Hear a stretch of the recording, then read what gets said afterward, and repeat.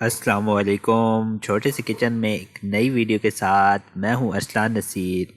तो आज हम बनाने वाले हैं बहुत ही ज़बरदस्त सा, बहुत आसान और ज़बरदस्त सा पराठा। ये नाश्ते में इस्तेमाल हो सकता है, ये स्पेशल भी, आप मेहमान भी आ जाए तो आप उनको भी दे सकते हैं, खिला सकते हैं और बहुत ही ज़्यादा मज़ेदार सा बनता है और ज़बरदस्त है। ये फ्रेंच पराठा इसको बोला जाता है। तो और है बहुत ही ज़्यादा आसान, और आप खुद इस देखेंगे और इसको जब घर में बनाएंगे भी तो आप कहेंगे कि क्या रेसिपी बताई है।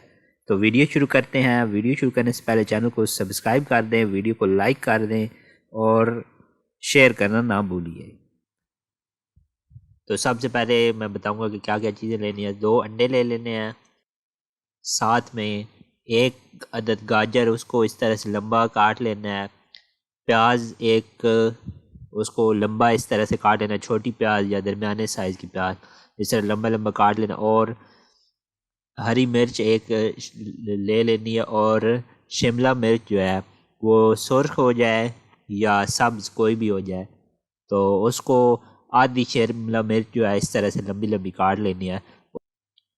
उसके बाद आधा कप मैदा ले लेना है, और इसके साथ कलवंजी जो है वो थोड़ी सी कलवंजी एक चुटकी ले लें।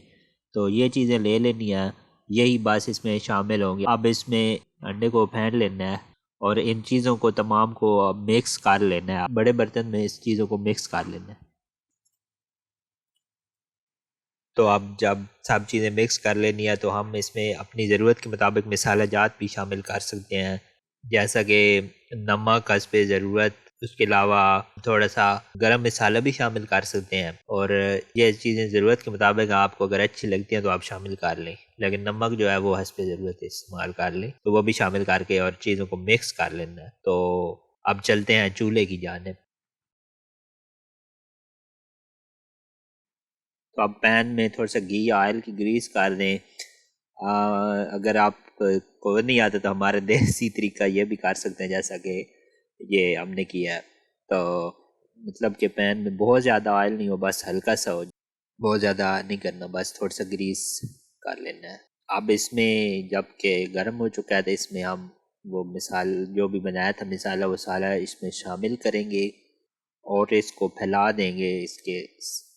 तो इसको कुछ देर के लिए पकाएंगे। जब ये एक साइड से आपको लगे कि ये कुछ हद तक पक चुका है तो इसको साइड बदल देनी है। आपने अंदाज़ा रखना है कि ये ज़्यादा जले नहीं, तो ये थोड़ी देर में ही आपका ये दूसरी साइड पे हो जाएगा।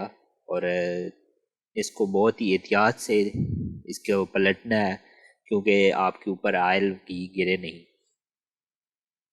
तो ये करने के बाद आप देखेंगे कि इसके ऊपर, देख लें इसके ऊपर आप कलवंजी भी और डाल सकते हैं ऊपर से, तो बहुत अच्छी लगेगी।